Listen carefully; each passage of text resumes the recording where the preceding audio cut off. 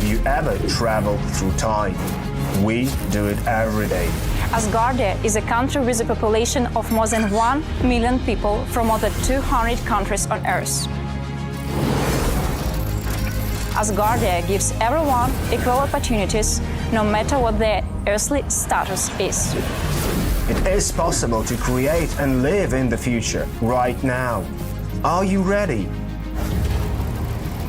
Forward progress is the solution to the entire human race. Our mission is to bridge new horizons. In Asgardia, there is no limit to the universal development in the fields of technology, finance, and arts. Asgardia is a new space and digital economy which creates opportunities for the global economy. We deliver innovations. Do you want to get on board with us? We are developing various kinds of digital businesses, attracting them to the Asgardia platform that can be backed by the means of our umbrella, i.e. franchising of the Asgardia brand. We can not only attract investments into space programs from prominent institutional investors, but also affordable amounts from the citizens of Asgardia. We comprise of more than 1 million people. Asgardia is a chance to realize one's dream. This is a dream-driven space nation. Asgardia is a chance to belong to a community of free-thinking enthusiasts, goal-driven dreamers, and fearless innovators, theorists, and scientists. We are the first space nation. One humanity, one unity. Asgardia. We are creating The future.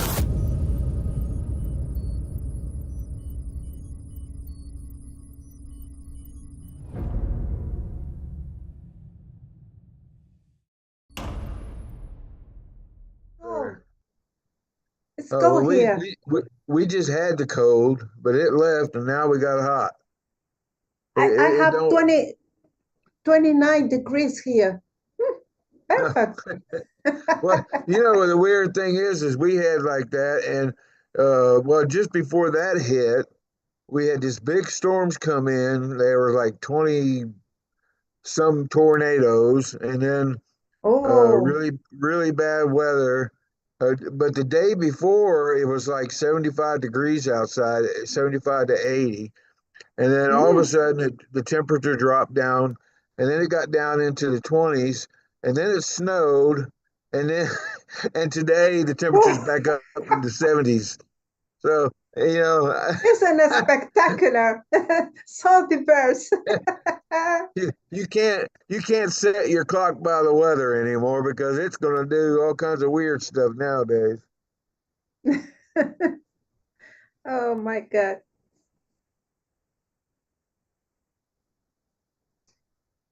Well, the chair said he might be a little late, so I guess I'll go ahead and start the meeting. He said, welcome everybody to the Q&A session for the Chair of Parliament. He will be here shortly. He said he's running a little late, so I'm supposed to entertain you while we wait, and I will give the committee or the chair's committee report or session report that we just did not too long ago. While we wait for Lambert to get here. So anyway, there wasn't really much that was discussed. We discussed a little bit about the LMRG and the legislation that's going to be coming up in the next Parliament session, which is in May. We have two acts that will be going forward for their third reading. That's coming out of the Trade and Commerce Committee. That's the Opportunity Act and Digital Content Act. And then we have a protocol coming out of the Finance Committee by Sarah Clark, a Parliament protocol that will be voted on in May. Hopefully that'll all get taken care of this time. And it's a very good protocol. It's basically says, you know, it goes over when someone dies in Parliament, what what we will do when that happens. And so it's sort of like a memorial proposal, and it's a very good one. It's very well done, and I'm looking forward to that passing. It'll be put up for vote. As you know, protocols only don't have to have a first, second, and third reading. If the chair of parliament approves them, they go from first reading to vote. So that'll be going directly to vote. And then we'll have two first readings. I can't really give you much information on those yet because I really don't have it, but we will be developing those before the session comes, and one of them's coming out of the manufacturing committee and the other one's coming out of foreign affairs committee. So and that's going to be it for legislation. There was a little bit of information about my podcast. I was telling everybody that if you haven't seen my podcast, try to go on and subscribe and like a video or watch it. It's very good information, but I wanted to let everybody know it is an Asgardian podcast platform. And it's being owned and operated by an Asgardia business and an Asgardian, me. So, it does have a Asgardian tone to it. And I do specifically mention Asgardia in it, and I have brought on many guests that are Asgardians. So, and I will continue to do that. So, but it does have a great message, intellectual message behind it that not only pertains to Asgardia but pertains to the world, and it's of course about the long view thinking, and there's a lot of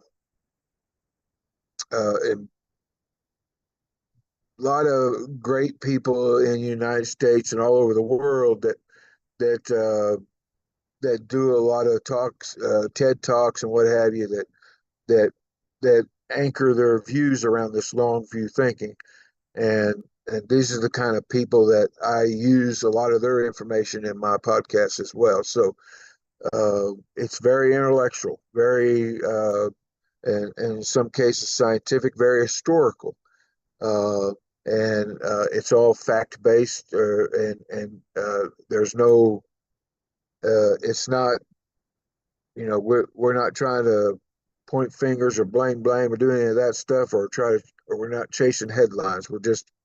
It's just basically just a discussion where we, a deeper dive into questions that everybody asks. Why are we here? What is our purpose and stuff like that? And yeah, I think you enjoy it. But other than that, there was really not much else going on. There was a few, just a few private messages answered by Lambert, but other than that, there wasn't much other going on in the meeting. It was a very short meeting. We really enjoyed it, and oh yes, there was one more item. We talked about the prime minister, our prime minister elect, that will be, of course, we'll be voting on the prime minister in May also. That'll be the big ticket item for May. And we're all really happy because the person that's been selected as prime minister is somebody that a lot of us parliamentarians know very dear and true to our hearts, and that's, of course, Salvo's. And he's always been a great Asgardian. He's always been very supportive of Asgardia, and I'm really looking forward to having him as a prime minister. I'm thinking that he's going to do an outstanding job, and I'm definitely going to give him all the support I can. I know he did an outstanding job when he was in Parliament, and he did an outstanding job when he was the deputy chair for Parliament as well. So I'm really looking forward to see. And then he went on to be an advisor for the head of nation. And then, but now it looks like that he may become our prime minister, and that is just awesome. I'm really excited about that. So yeah, we talked about him. We talked about that as well. But that's it. That's about all I have right now. I'm just gonna. Is Lambert here yet? Yes, I am. Oh, there he is. Well, Lambert, I'm gonna turn the floor over to you. Thank you so much. You've actually covered almost all the points. I only have two things to add. The first point to add is that I'll organise an Asgardia legislative forum quite soon. The next digital sitting is from 8 to 10 May. And as John rightly says, the big ticket event is the formal introduction of the proposed new Prime Minister. That's a proposal from the Supreme Space Council, chaired by um, chaired by um, the head of nation, Dr. Asher Bailey. So that's exciting. And the other thing is to say that we're now beginning to seriously develop some very substantial um, fundraising opportunities, which should kickstart the economy. More of that later, but essentially, we're in a better place now than we've ever been. A request to you, colleagues, is to please start spreading the good news. We're not doing enough of that yet. We're still perhaps a bit shy about sharing what we do. I don't think we should be shy about sharing what we do. A big thank you to John as well. Peter can't make it. I think John said that at the beginning. But he's just in transit. He might join us at the end of the meeting. The question I have for us now is, how do we get ready for the 12th of October this year? That's when the great 10th anniversary would take place. And I don't know what the answer is, but I'm sure that if we can get some territory, actually there is one more thing, territory, recognized for our nation, then that would be an enormous celebration for all of us. And on the Antarctica Act, it's a very complicated act. And I'm going to have to spend more time on it, and I'll be closely involved with that as well. The Antarctica Act is a decree by the head of nation that we should claim part of Antarctica as part of our nation. And I have to do a lot of work on that too. I will not go into further detail now, but that's the absolutely central thing we will discuss at the next Asgardia Legislative Forum. Okay, so open to questions, if there are any.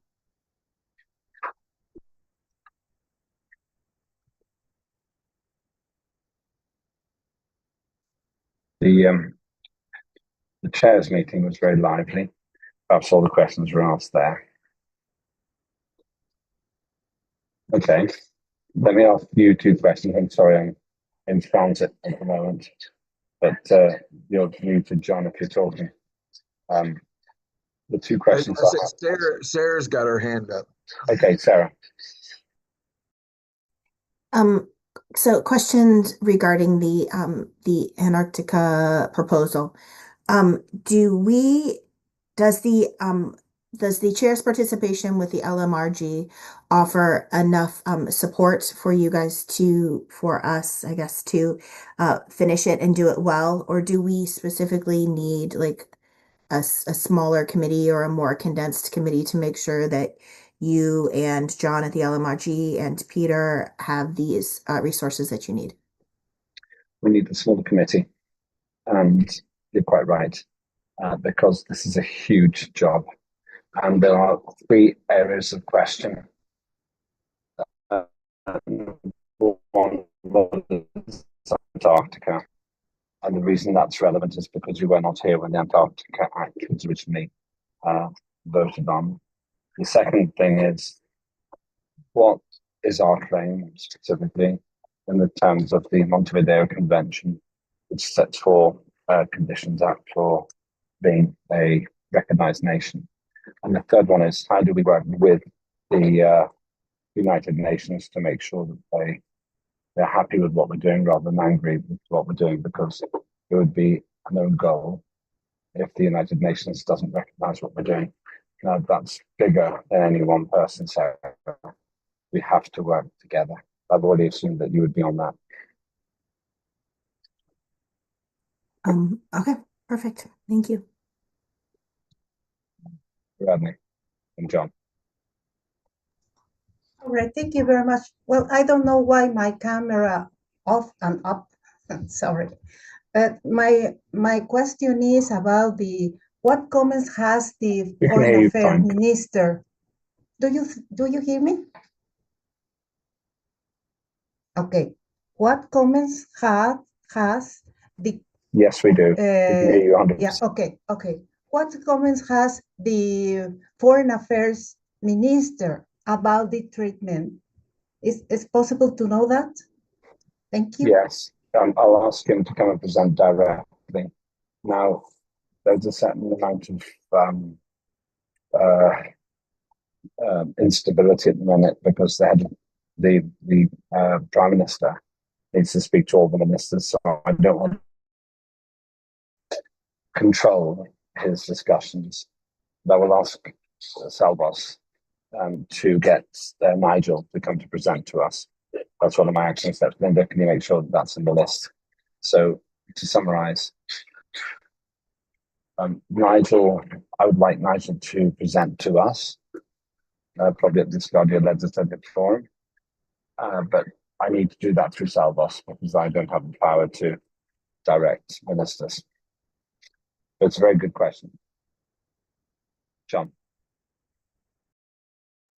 Yeah, well, I mean, that kind of goes to what I was going to say is that, this committee that you're talking about, and I'm all for if that's what you want to do is form a smaller committee, or another committee. But I mean, every one of those people actually work within the LMRG also. So there's already a platform available. So, but the people that really need to be in it is, of course, Peter needs to be there. Mark Beer needs to be there. We need to have the foreign affairs minister in on it. Just like you said, and these are very key players. But and technically the HON needs to be there too because there's a lot of unanswered questions that only he can answer. So and it would be nice to have some input in certain areas that I don't feel that we've been adequately given the input. I know we got Decree 89, but Decree 89 is very vague, and it really does not.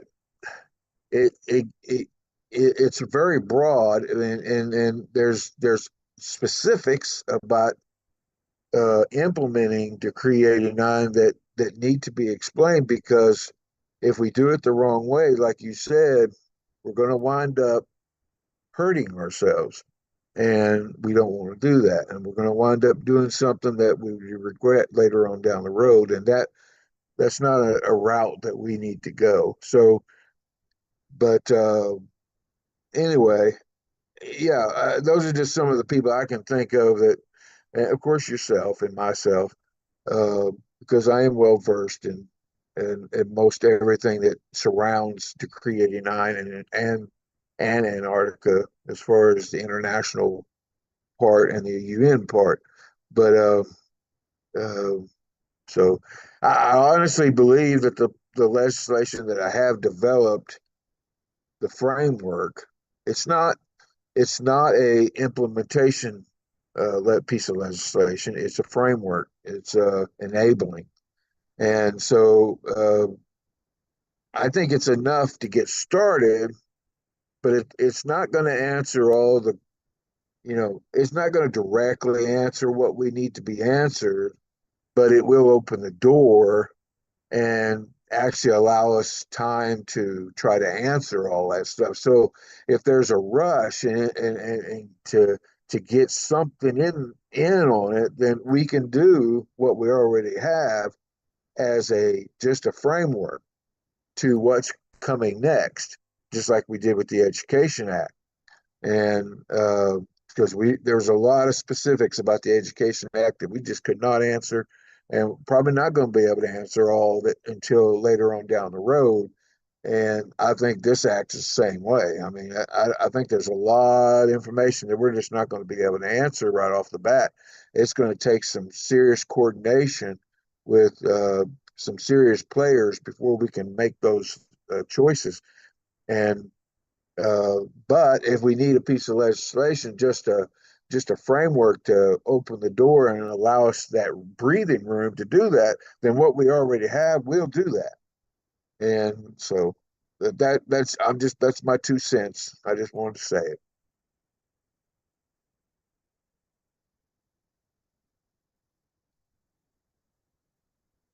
Hello, Limpet, are you there? Yeah, can you hear me? Hold on. Okay. Okay. Can you hear me now? Yeah. Yeah. Okay, I'll put my picture up for a minute. Yes, you summarized how complicated it is. My opinion is we have to work through all of that, because if we do not work through all of that, we're not going to be successful. And the whole Antarctica point holds great interest and great debate. We just have to make sure that we carry on with our with our resolve to make sure that we don't lose the focus on what we're trying to do. So you're quite right, John. I won't repeat what you said. I just agree. Okay, who's next? Okay. Okay, let me go to any other business, but please raise your hand if you want to share something. I'll organise the Asgardia Letters Editorium soon. Linda and I are just getting the documentation ready for the next sitting. There's some pressure on getting that right. As John said, we have maybe 2 first readings coming forward. But we'll also be voting for the Prime Minister, and also a justice, likely to be a justice as well, because the Supreme Justice is retiring from the job. The other 2 things to say, if you do have legislation that you want to share, you'd like us to consider, then please say so. But please tell me in the next 7 days. The final thing is, we're really on the move now. There's Salvos coming in. Salvos Mazzucato says technically he's the acting Prime Minister. There's a whole new breath of air. This always happens when there's a change in staff. A whole new breath of fresh air in the organisation. Just because he's new. And he's excited and he's bringing us ideas. I believe that this is the future for Asgardia, and it's a very good time for us as well. Okay, any other business?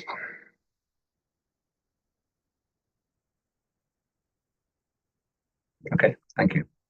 So next time we meet will officially be next Thursday, but there's a lot to be done before then. And John, I'll have to give you a call about the legislation. I won't do that today, it'll be tomorrow. And also, Sarah, I'm now on a train. It's a really bad signal. So I'll be here for 50 minutes, 5:00. I'll call you just after 7. If I get off the train before then, I'll call you just before I get off. But the reason the picture's going in and out is because I'm on the train and also I'm making a lot of noise and people are looking at me in a funny way. Maybe they all want to go to space. And don't forget, we have a date. We have a date. We put it in already for tomorrow night. That's already there. But it was tonight. Oh, tonight. Sorry, yeah, tonight. Yes. Yeah. Yeah. Well, I'm heading back now. So 1900, I think you said. 1900 your time, 2100, 2300 my time. Yeah, that's in the diary. No problem. Okay, thanks everybody. If you like what you saw, then please join Asgardia. It's €100 a year in your currency. Go to Asgardia Space Nation. You will 100% find it if you go into that. Asgardia Space Nation. And from my point of view, this is the future, not just for Asgardia, but for the human race. Because we're going in peace for all humankind. And we see the hardware being tested. And Artemis 3 should be going around as Artemis 2. It's going around the moon with some astronauts. The big question is, how safe is it? But the bigger question is, what society do we want to create around the moon? And that's what we're doing. They provide the taxi. They provide the to get off the train, we'll give you. And just for you, Ariadne, We can hear you clear. Yes. I said at the end, I said, I'm doing this for you. Ah, all right. Yeah.